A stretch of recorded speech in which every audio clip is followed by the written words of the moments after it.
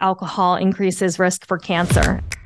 Dr. Brooke Scheller is a doctor of clinical nutrition and the author of How to Eat to Change How You Drink, Heal Your Gut, Mend Your Mind, and Improve Nutrition to Change Your Relationship with Alcohol. It is a toxic substance that we are selectively choosing to put into our body. And by doing so, we're having effects on our health. Why is there so much stigma around alcohol? In this era of people being more sober curious or really just being more thoughtful about their decisions around alcohol use, that stigma is lifting, which is making it easier for people to move forward and come out and say, I'm not drinking because of XYZ reasons. Welcome, Dr. Brooke. It's a pleasure to have you on the podcast today. And it was so serendipitous that your work was introduced to me right at the time that I was looking to bring on an expert to talk about alcohol on the podcast. And now you have a new book, which I enjoyed reading thoroughly. Yeah, thank you so much for having me. And it's funny that you mentioned that because when I first started writing the book about 2 years ago, and during that time, there was a lot of discussion in the sober curious community. But I remember thinking, oh, this conversation is going to be over by the time this book comes out in 2 years. And it's more ripe than ever, this space for this conversation. And so I'm just so excited to be a little teensy part of this conversation around exploring a life with less or no alcohol and bringing in my story personally, but also my experience as a doctor of nutrition. So I'm thrilled to have this conversation today. And I love that we have a similar backstory too, which is lots of fun. Yeah. So for listeners, Brooke and I both grew up in the same area of New Jersey in a town that most people have never heard of. And so when I was reading your book, I chuckled to myself. I actually reached out to you on Instagram and said, you're not going to believe this. We're from the same part of New Jersey. No one ever knows where it is. I usually have to just mention the county or counties that I grew up in. And so I felt a little kindred spirit to you with a lot of similarities in terms of thought process of your evolution and your thought process around alcohol. So let's really start the conversation around the stigma around alcohol use, sober living, whether it's someone who has never had a unhealthy relationship with alcohol, but has just decided to stop drinking, all the way to the individuals that maybe had an unhealthy relationship and are now no longer drinking. Why is there so much stigma around alcohol? I suspect largely because it is such a socially permissible drug that people can use that's encouraged. And, there's a lot of marketing and publicity around making alcohol as enticing as possible. Yeah, the conversation on this one's complex because I think there's a lot of pieces that play into the current stigma that we have around alcohol. And that stigma is definitely changing. We're in this era of people being more sober curious or really just being more thoughtful about their decisions around alcohol use. And that stigma is lifting, which is making it easier for people to move forward and come out and say, I'm not drinking because of XYZ reasons. But I believe that some of the stigma today exists around for a long time. It was such a negative thing to have an alcohol problem or to be an addict of any kind or to join a group like Alcoholics Anonymous, which is anonymous for several reasons, but part of that also adds to that stigma and that shame of people not being more forthcoming maybe about their experiences with alcohol. And what's really shifting in this era of sober and sober curious is that more people are coming forward to say, I might not identify as an alcoholic or as someone who maybe has an addiction to alcohol, but I recognize that it has negative effects on my life. And that's where we get to have the choice. Like, this isn't necessarily about you having to identify as having a problem or not having a problem. It's about, is this substance having a negative effect on my life? And if so, I get to make that choice to decide if I want that to be part of my lifestyle or not. And that's where the wellness and the nutrition angle is really interesting because it is a toxin. It is a toxic substance that we are selectively choosing to put into our body. And by doing so, we're having effects on our health. So that is a big part of what I talk about in the book. As you know, Cynthia, how it affects our gut, our hormones, our blood sugar, how it contributes to changes in our metabolism, changes to our brain's neurotransmitters. And so this isn't just about you feeling like maybe you're drinking too often, but if you're feeling like your alcohol use is having effects on your mental health, it's contributing to anxiety or low mood. It's maybe contributing to difficulties with weight management or your gut health or your hormone balance, that you can decide to change that relationship with alcohol. And it doesn't necessarily need to mean that you have a problem with it. Yeah, and I think it's such an important distinction. And the message today is not to shame anyone who does drink. That is certainly not the message. I think growing awareness around what drives people's decisions to drink can be illuminating. I know uncomfortable feelings. I have a family member, my listeners know this, I have a family member who's an alcoholic that has heavily influenced my drinking behaviors throughout my lifetime. And it's interesting. I was in your book, you were talking about the National Institute of Alcohol Abuse and Alcoholism. Children of alcoholics may be 4 times as likely to engage in inappropriate drinking behavior. And more than 10% of children in the US ages less than 17 live with an adult with an alcohol use disorder. So, certainly genes are not our destiny. Even if you grew up in an environment where a parent might have had an addiction, that does not mean that you will definitely go on. You may be more susceptible, but that doesn't mean or equate to you will be dealing with a chronic or acute related concern specific to alcohol. And I think for a lot of individuals, myself included as a clinician, we were always told that alcohol has all these health benefits, resveratrol, you have 2 glasses of red wine, it's going to be super beneficial. And yet we're starting to see the research that's coming out that's contrary to that. Can we talk a little bit about that? What is the research telling us about alcohol use right now? What is it doing to our health, both on an acute and a chronic level?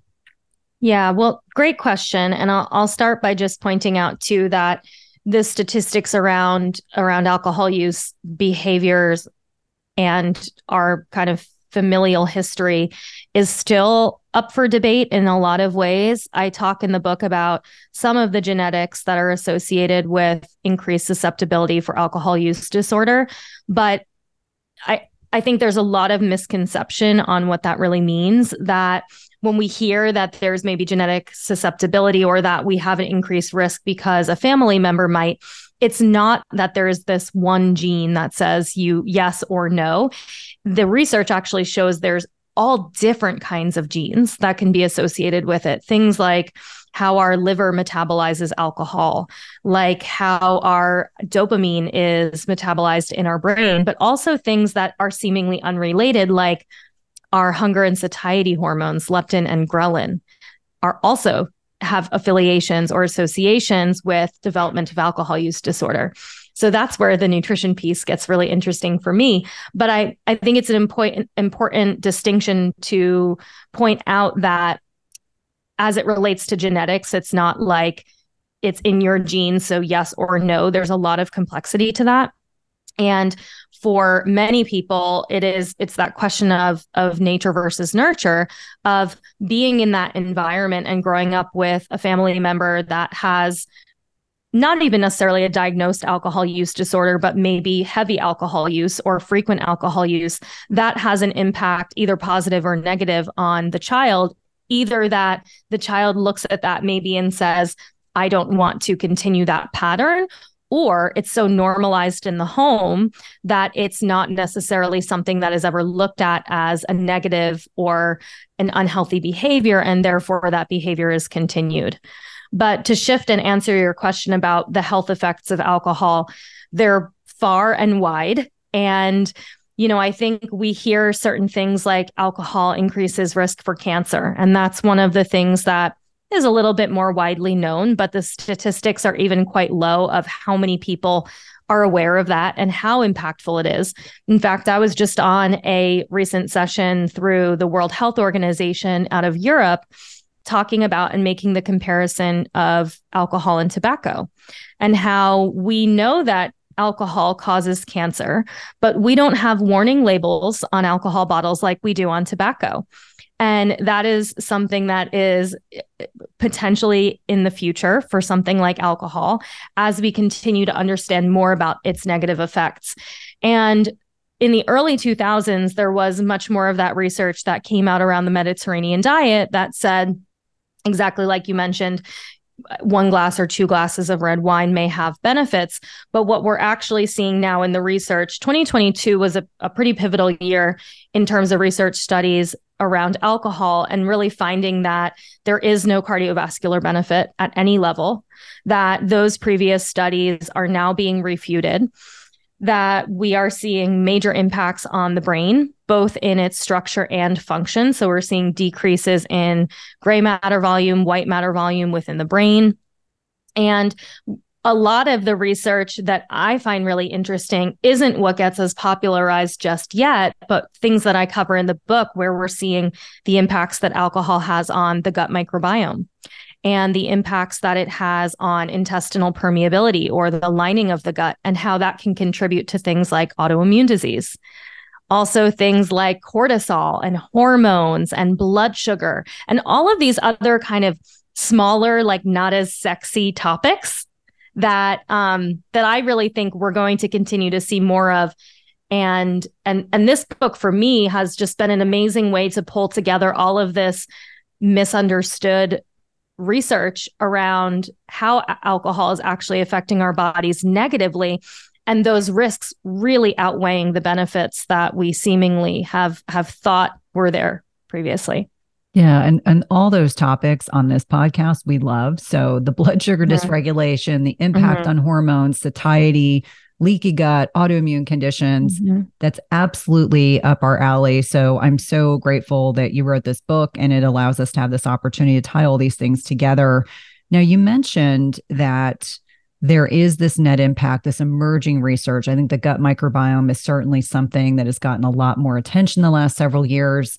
Let's talk about what's going on physiologically in the gut when we are consuming alcohol. And let's be really clear, like having 1 glass of wine once a month is very different than I do know many people that are having 2 or 3 glasses of wine every night. And maybe before we even have that conversation is let's talk about this concept of moderation, because I think that's so important. You know, I used to say for a long time, as it pertains to a lot of lifestyle stuff, moderate, don't eliminate.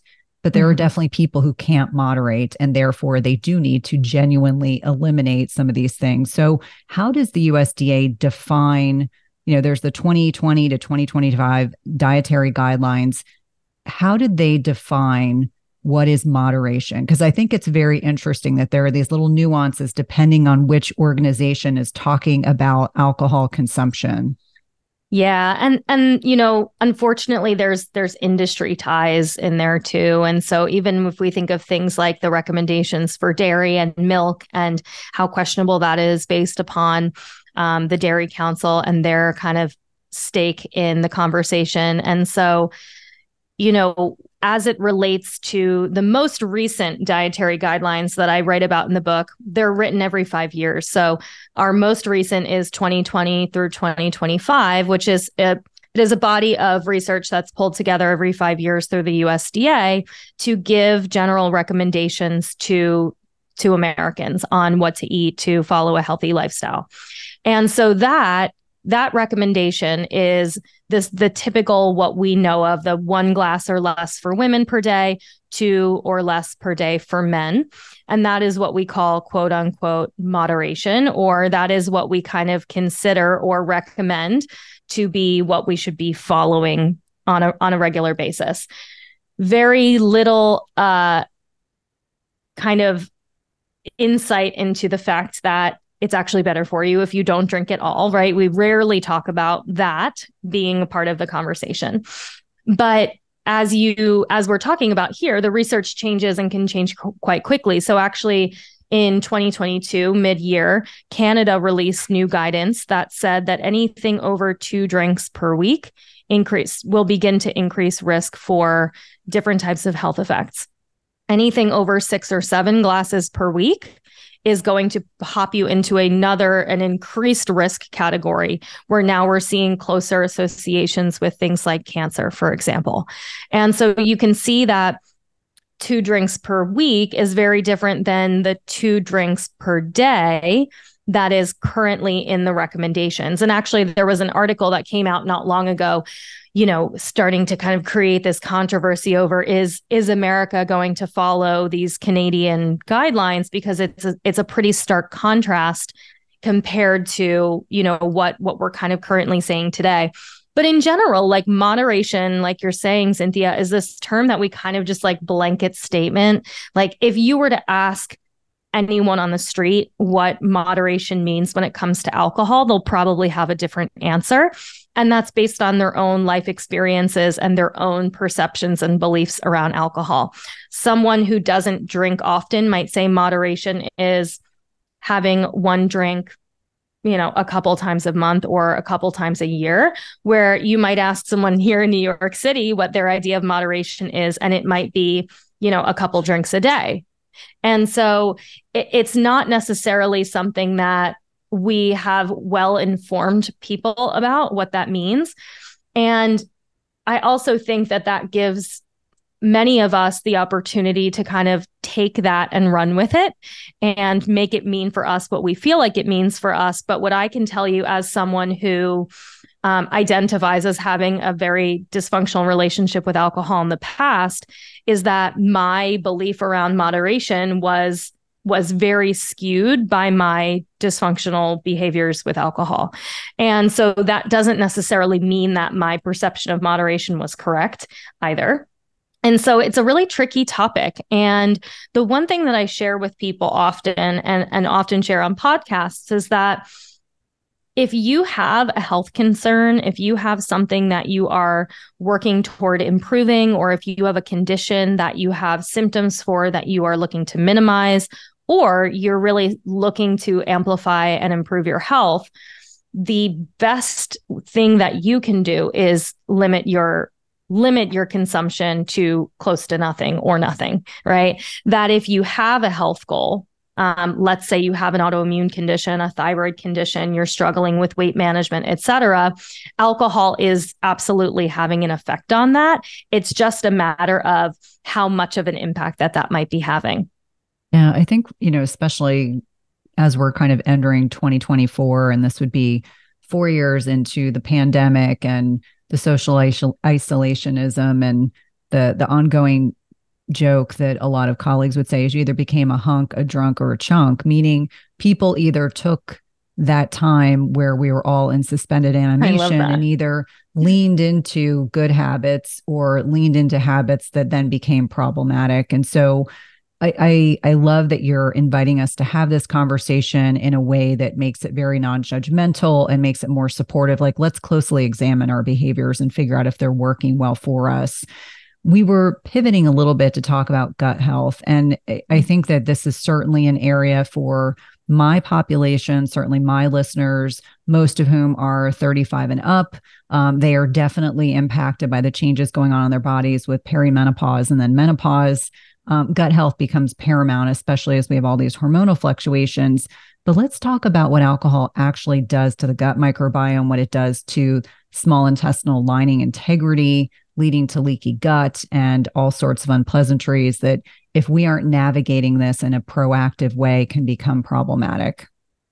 Yeah, and this is a topic I love talking about because it really does not get enough attention as it relates to the discussion around alcohol and the impacts of alcohol. And one of the really well-known things that we know about alcohol is that it affects nutrient absorption. And it will cause deficiencies in many of our nutrients, which is a big part of the book and a big part of my work around nutrition, is that the very nutrients that we need to have energy and healthy mood and not have anxiety, for example, are the ones that alcohol depletes. So we kind of get caught in this vicious cycle.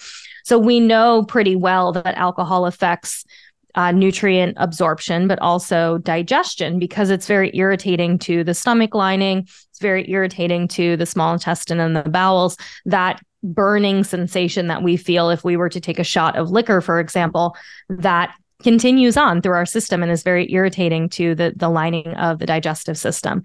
So there's kind of three ways that I look at the effects that alcohol has on the gut. The first is digestion and absorption, and kind of what's happening maybe in the upper half of the stomach and small intestine, and how we're kind of breaking down the food that we're consuming. The second is the impacts on the gut microbiome. So what we are seeing in the research is that alcohol does decrease bacterial diversity.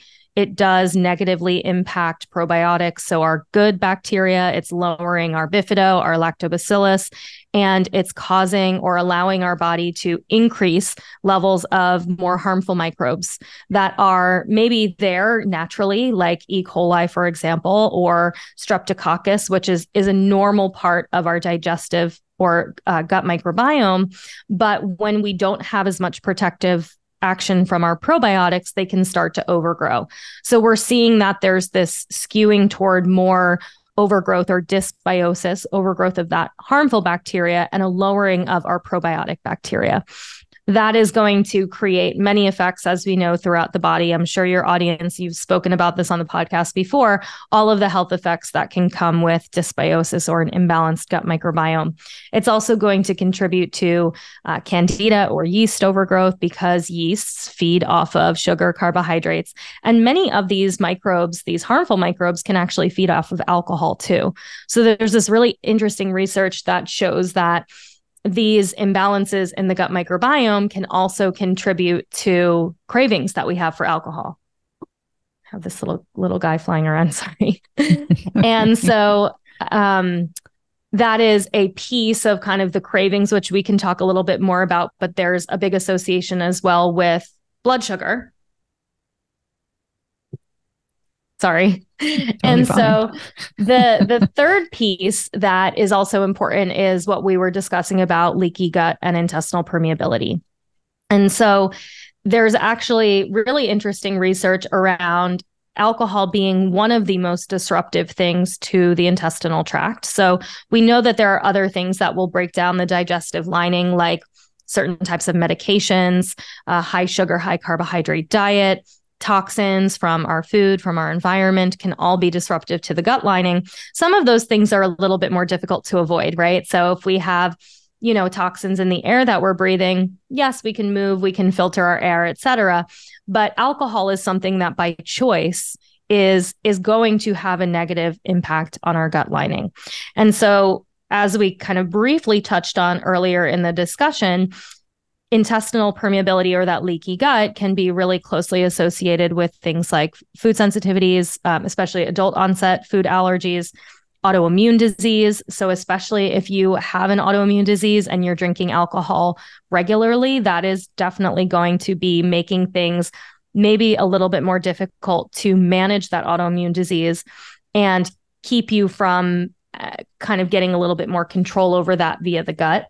But also things like systemic inflammation. We're having kind of a crisis, an epidemic of inflammation in our society, and alcohol is a huge contributor to this. And unfortunately, it's been something that I really believe we've done a disservice to our society in not really providing enough information on how harmful that it really truly is.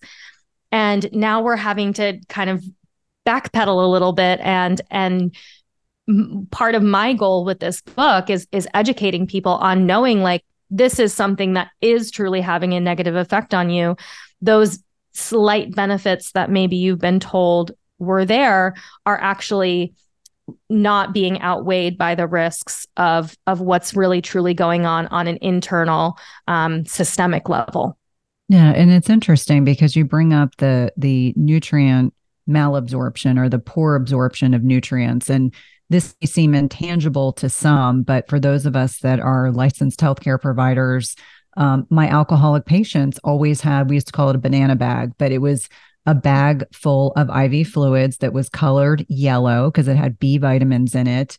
And one of the significant and severe side effects of long-term drinking, heavy drinking, is you can have kind of like the worst case scenario, Wernicke's encephalopathy, which is a fancy way of saying you get some brain related effects due to the chronic drinking that are impacted by this low absorbability, specifically of B vitamins. And there are key nutrients like thiamine that our body needs. And if it's not getting it, can become problematic. So I know that you talk about specifically some of these B vitamins and how important it is understanding that alcohol increases our needs for antioxidants. That's number one, like vitamin C, which is something we should be getting, ascorbic acid. We should be getting that from, citrus fruits and other things.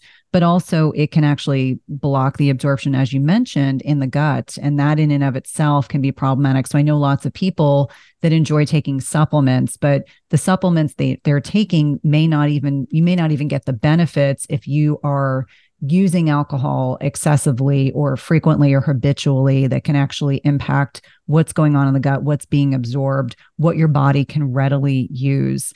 And I love that you brought up the gut microbiome. We've had so many physicians coming on and talking about this. The research continues to emerge, and finding balance in the gut microbiome is really key. As you mentioned, certain medications, things like whether it's proton pump inhibitors, H1 blockers, whether it is antibiotics, all of these can have a negative net impact on the gut microbiome. But then thinking about these seemingly benign things like alcohol can also kind of light a match. And then you add into that, as women are navigating middle age, they're already a little bit more inflammatory. There's already an upregulation in oxidative stress. And so many women will say to me, I used to be able to drink in my 20s and 30s.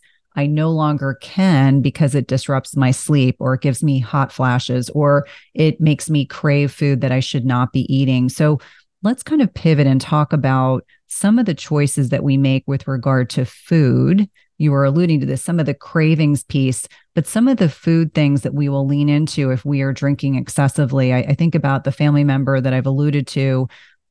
He is a carboholic. He's very thin, but all he eats is like fruit and granola bars and cereal and bread. And that is like the mainstay of his diet other than alcohol. And it's very likely he's feeding exactly the gut imbalances that are ongoing. Those, the yeasty beasties, what's going on with yeast and candida is very likely being fueled. That is their fuel source. That is what they are looking for. So those cravings can be for a variety of reasons, but more often than not are a sign that something is remiss in the gut microbiome. Absolutely. Yeah. And this is where food and nutrition is a really critical piece of this discussion, and has not been until I started working on this book. And, I think that there's so much conversation in today's day and age around alcohol and the mental health effects and the ways that we can manage alcohol use via support groups, via therapy, via addressing traumas, and all of these really, really, really dire and important things to address. But we're forgetting that there's this physiological side of things, that when we put alcohol into our system, it is having an effect on our physiology, whether we want to believe it or not. And so again, some of these ways that it's affecting the gut and our actions and our choices of the foods that we eat are going to be affected by that. And it's really interesting because when I started doing this work, one of the core areas that came up for me was around blood sugar. And as you know from reading the book, there's an entire section on really the hormonal system, the endocrine system, and also blood sugar. And so this is an important area because a lot of people, when they quit drinking, and depending on how heavy their drinking was, they may experience cravings for alcohol. But when they take away the alcohol, they typically experience cravings for sugar. And a lot of that discussion previously has been around dopamine and how alcohol increases dopamine levels. So when we take it away, what also increases dopamine levels is sugar. And yes, that is true. There is a piece of this discussion around dopamine, but there's also a very close link with blood sugar. And there's research that shows that alcohol can contribute to irregularities in blood sugar levels, even when we are not drinking. So a lot of people who have a heavier history of drinking or a more regular history of drinking, they can have tendency toward hypoglycemia. And because of that, they're going to have these chronic decreases in blood sugar, these points of low blood sugar that manifest as cravings for sugar, carbohydrates, but also alcohol. And so when we take away the alcohol, what exists there? Well, we have sugar and we have carbs. And it's different. Alcohol is different than sugar and carbs because we don't need alcohol to survive. Our body is not necessarily fueled by alcohol, but our body is fueled by glucose, right? So we can't take away sugar completely. We can't take away carbohydrates completely because they are still part of the fuel for our body, unless we're in ketosis, right? For example. And so food can be such a critical part of this journey. And one of the simple recommendations that I give, and it's kind of my number one recommendation for people who are looking to change their relationship with alcohol, looking to quit drinking, is increasing protein intake. And that's going to support in a couple of different ways. One is that it's going to help balance and stabilize that blood sugar. It's going to help us avoid getting into these pitfalls with cravings, again, not only for sugar, but also for alcohol. It's also going to help with those hunger and satiety hormones, right? So it's going to kind of keep us in this more regulated state. I always recommend having something to eat every 3 to 4 hours so that, again, we're keeping blood sugar fairly stable and regular. And another thing that and I know that you talk a lot about intermittent fasting and the benefits of intermittent fasting, but I actually find for those who are early in this journey, especially if they have heavier alcohol use, that they may struggle to manage cravings for alcohol and sugar if they are in a fasted state. And so I'm actually more of a proponent during this time of having breakfast, having high protein breakfast, because that is going to stabilize you throughout the latter part of the day as well. And one thing that I'll also just point out in relation to that and kind of this meal timing or structuring these protein meals throughout the day is what time of the day is it that most people struggle? It's the 4 or 5 p.m. time slot. You're coming home from work, you've had a really stressful day, and the craving is really strong and overwhelming, and it's hard to say no to a drink at that time. And my first question is, well, when was the last time you had something to eat? Because most people had maybe lunch many, many hours ago. Maybe it was a quick lunch. Maybe it was a high carb lunch. And that can be influencing these cravings later on in the day. So there's a lot of ways that we can use food to kind of strategize in getting through, especially these early times, if you're someone who does feel like you have maybe a little bit more of that physical craving for alcohol, or find it really hard to say no when that craving starts to hit. I think those are such important points. And certainly with my background, I always say intermittent fasting is one of many strategies, but it may not be the right strategy for you at this time. So if there are people listening who are interested in fasting and they do have a disordered or dysfunctional relationship with alcohol, it's probably not the time. You may need to have 3 solid protein-centric meals a day, get your blood sugar stabilized, keep that satiety up, because to your point, each one of us has a vulnerable time of the day where we are more prone to eating foods we probably shouldn't ideally eat, or consuming things that we shouldn't ideally be doing. And I think setting up having stable blood sugar is one of the most impactful and important things that we can do. Talk to me about women and fertility and alcohol, because you bring up some interesting points in the book, speaking specifically to fertility, which I think is really relevant. Again, in the context of understanding that alcohol is not this benign entity. Yeah, I think fertility is such an interesting topic, and it's really eye-opening for women when they hear this kind of different perspective, because for the most part, we hear that you shouldn't drink while you're pregnant, right? And that's kind of what we hear is once you're pregnant, then you stop drinking because it can be harmful for the fetus and the development of the baby.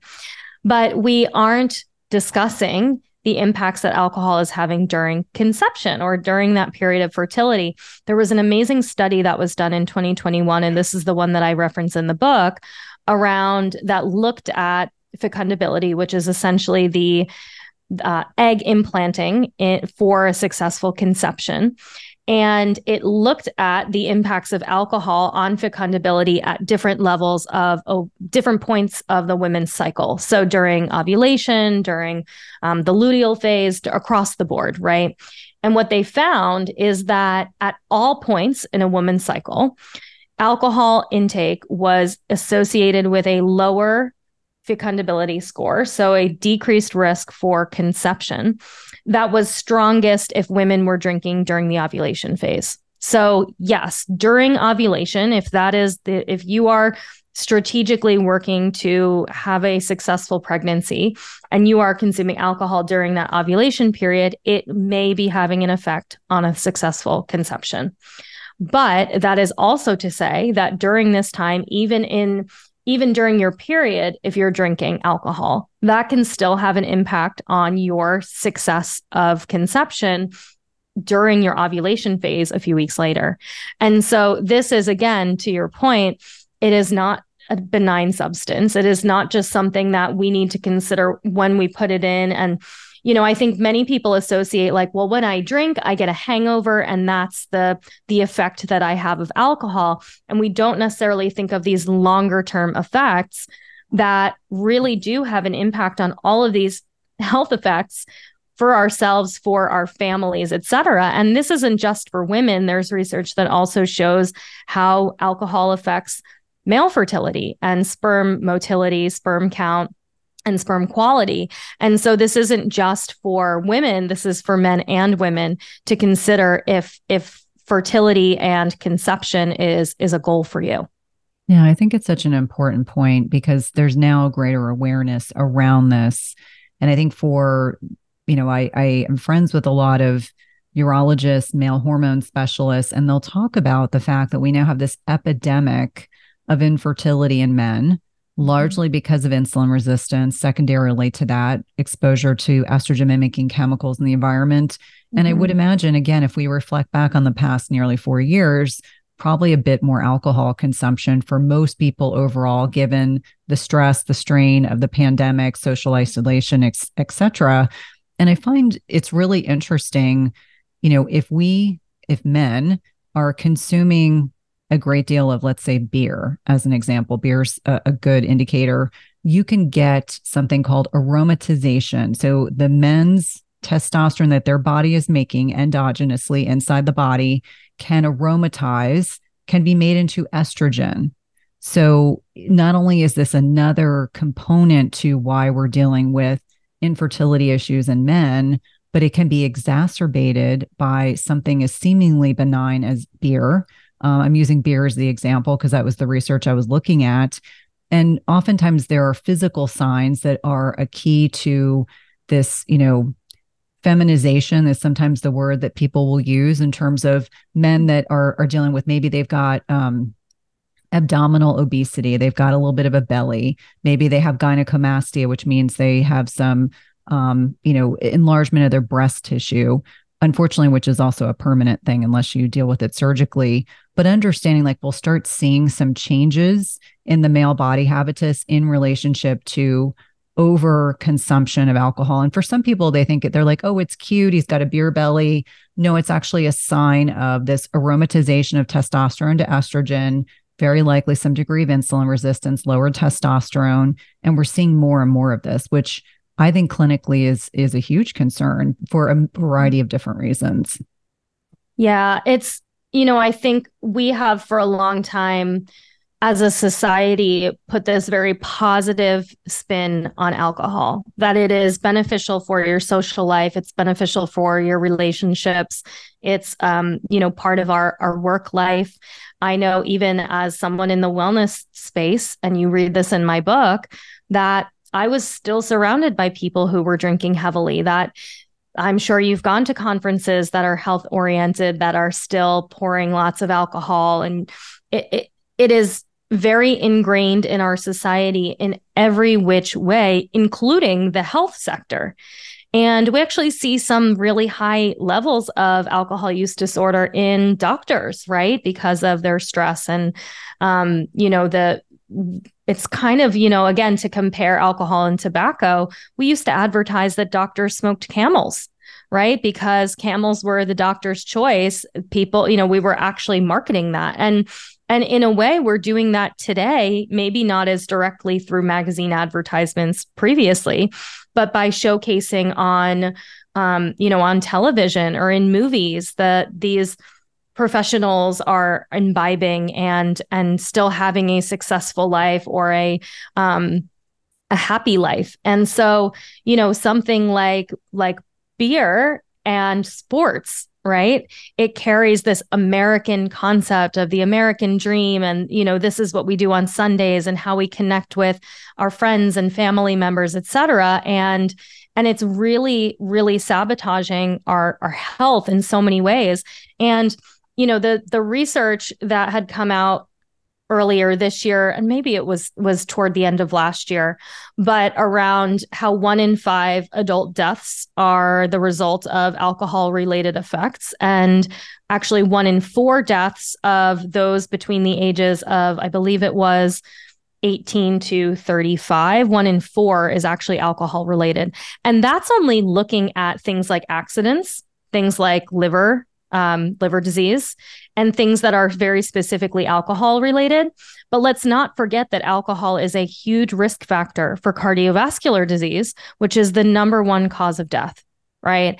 And so we can't necessarily splice out that data, or we haven't necessarily spliced out that data to say how much alcohol is contributing to the overall epidemic of cardiovascular disease, but it is having a major, major impact.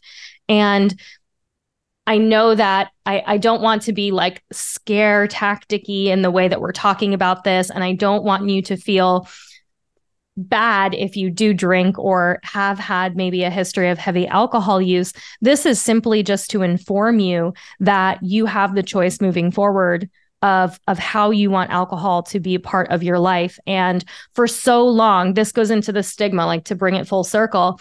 It's been, you're not cool if you don't drink alcohol, that there's something wrong with you if you don't drink alcohol, that there's this negative association if you're someone who doesn't drink.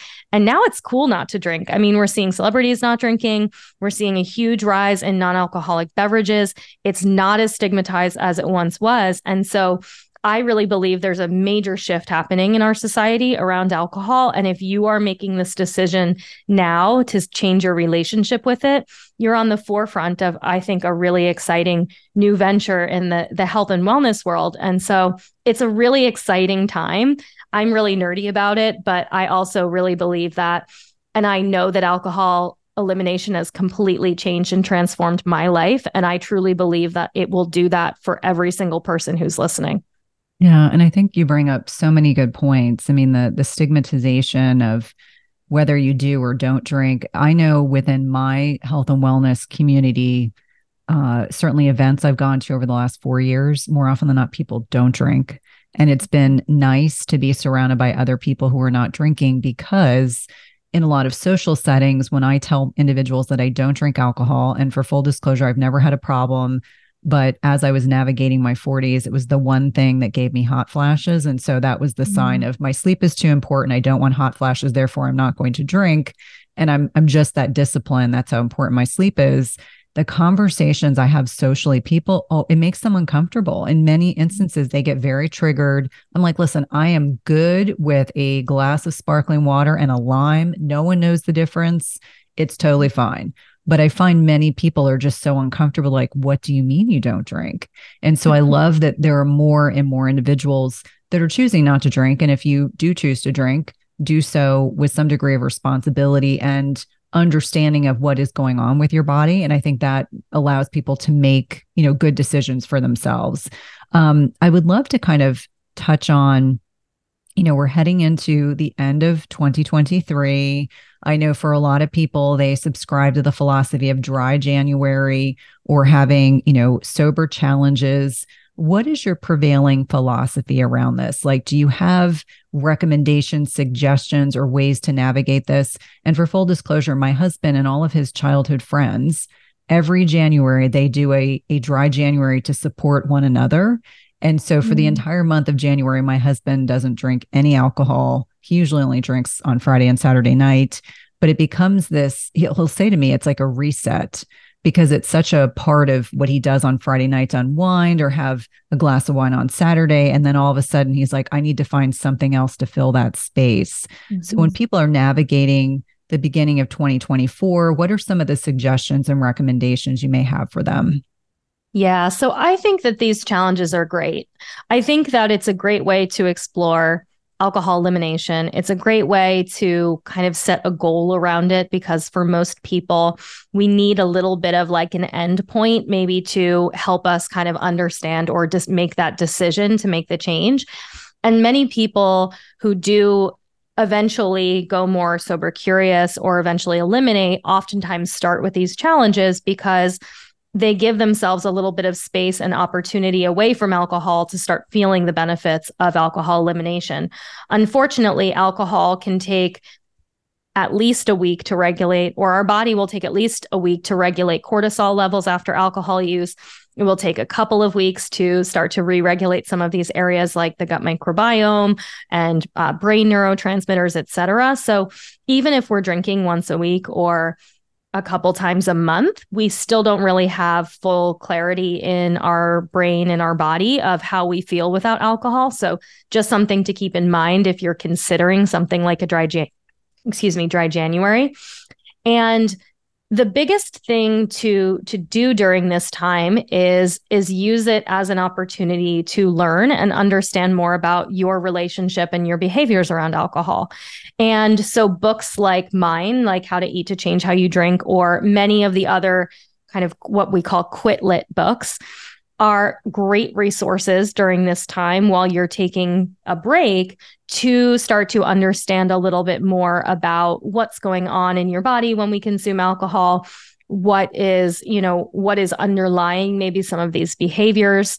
But also there's a huge community of sober curious people on social media, in different podcasts on sober curiosity. So if you're exploring a month like Dry January, surround yourself with some of these resources because it's not only going to help you make it through a month fully alcohol-free, but it's also going to help strengthen your understanding of your behaviors with alcohol during that time so that when you get to the end of the month, you can make a more informed decision around if it's something that you want to continue further or how you're kind of going to use that information moving forward. Because my concern around Dry January is that on February 1st, you go right back out like guns blazing and right back to the bar. And we really want to use this as an opportunity to help influence your behaviors moving forward rather than kind of a short-term reset, for lack of a better word, that doesn't necessarily have an impact,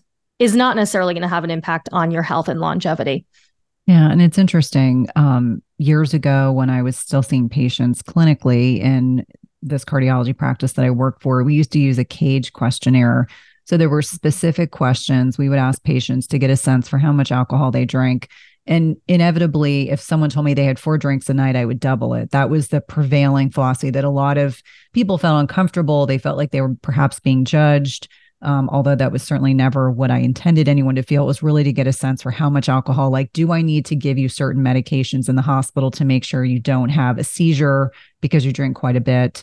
You mentioned in the book, looking at root causes, looking at stress, use the HALT kind of acronym.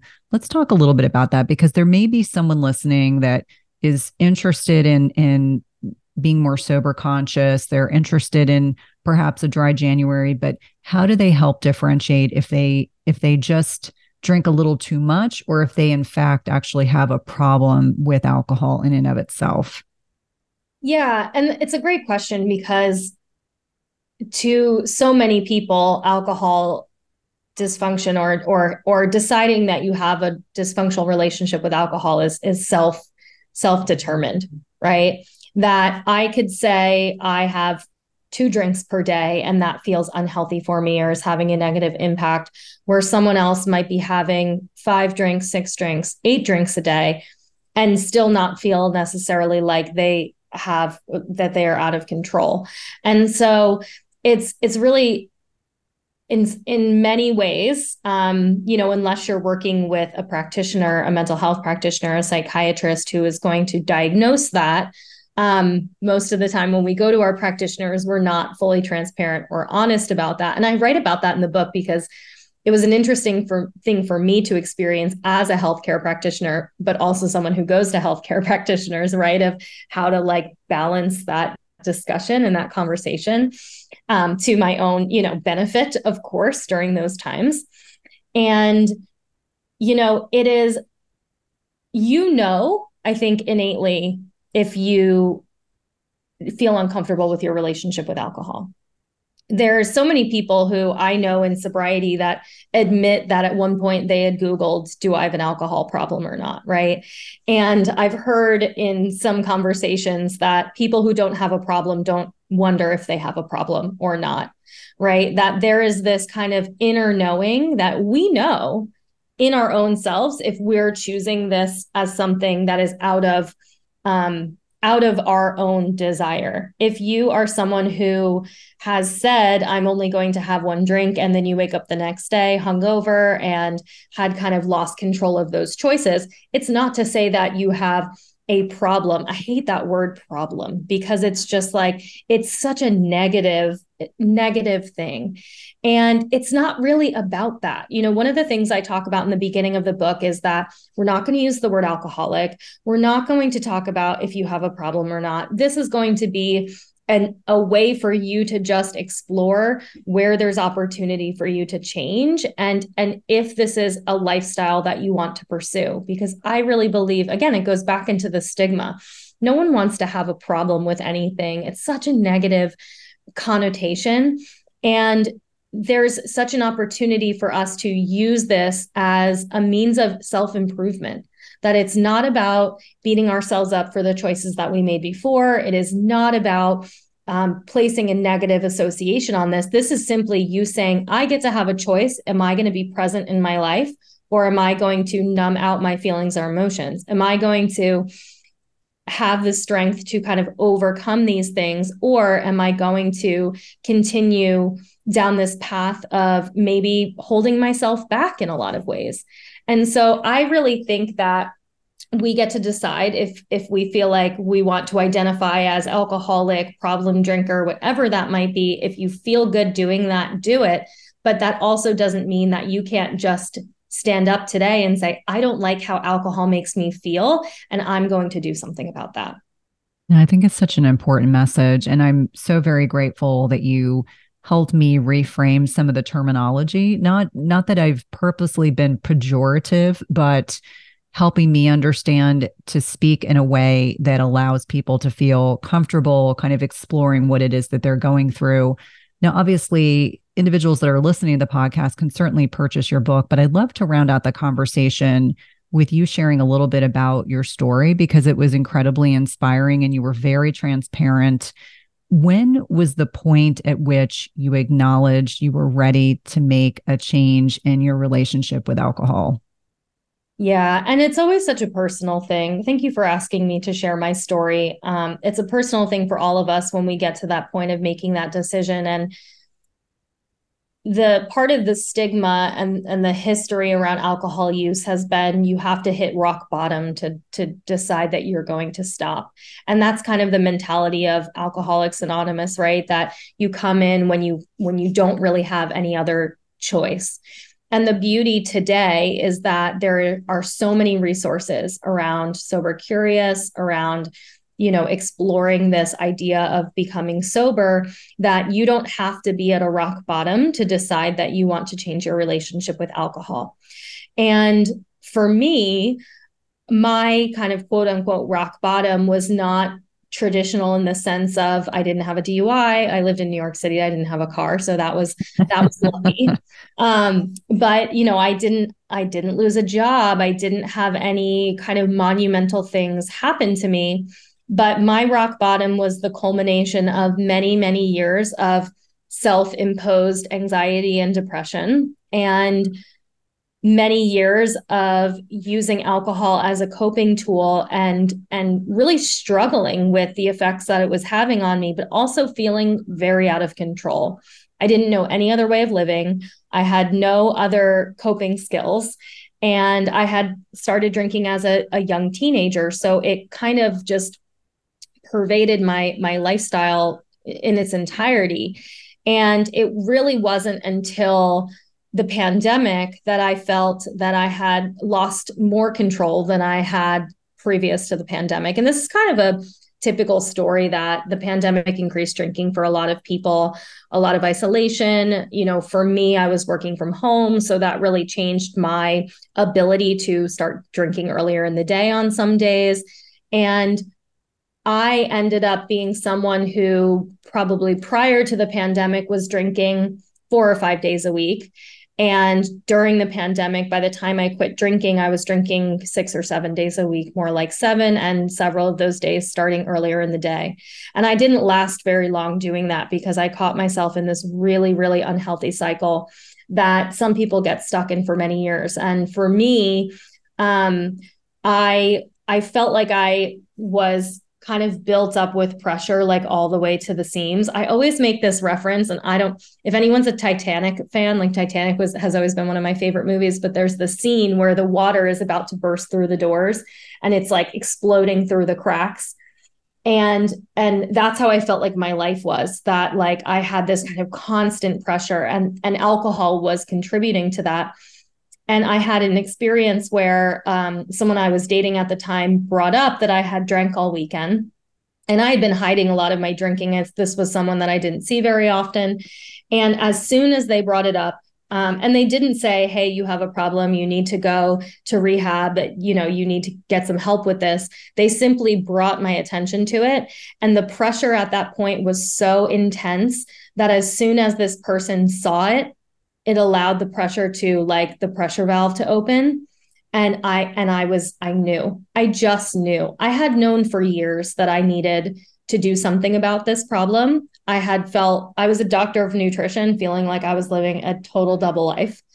And as soon as that seemingly kind of unimportant conversation happened, it was just like the switch that needed to flip for me.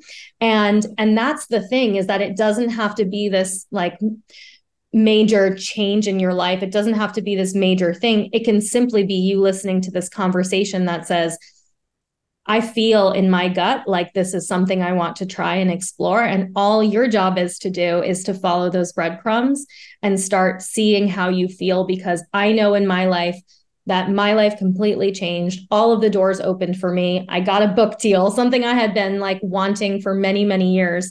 And sobriety really brought me to all of these things with grace and dignity. And I'm so grateful for that. I think in many ways, when we're ready for the work, it brings us into full alignment, and then we're able to actualize our full potential. Well, thank you so much for this discussion today. Please let listeners know how to purchase your new book, how to connect with you on social media, if they want to work with you, how to connect with you. I don't know if you probably, like the rest of the world, do things virtually, but if they want to connect with you and work with you, how would they go about doing that? Yeah, so thank you so much again for having me, Cynthia. The book is available wherever books are sold, How to Eat to Change How You Drink. And it is available or on shelves as of December 26th here in the US, and then around the world on January 4th. So perfect for your dry January, but also just, exploring your sober, curious journey, or just exploring a life with less alcohol. I'm most active on social media on Instagram at Dr. Brooke Scheller. And also you can learn more about me and my programs, my online programs. I work with clients around the world. I also have an online community that is a wellness-focused approach to a sober, curious lifestyle. And I also see some clients one-on-one, and you can learn more about that at functionalsobriety.com. Awesome. Thank you so much for your time today. Thank you, Cynthia. Hey, if you like this video, you guys are going to love this video, and I'll see you there.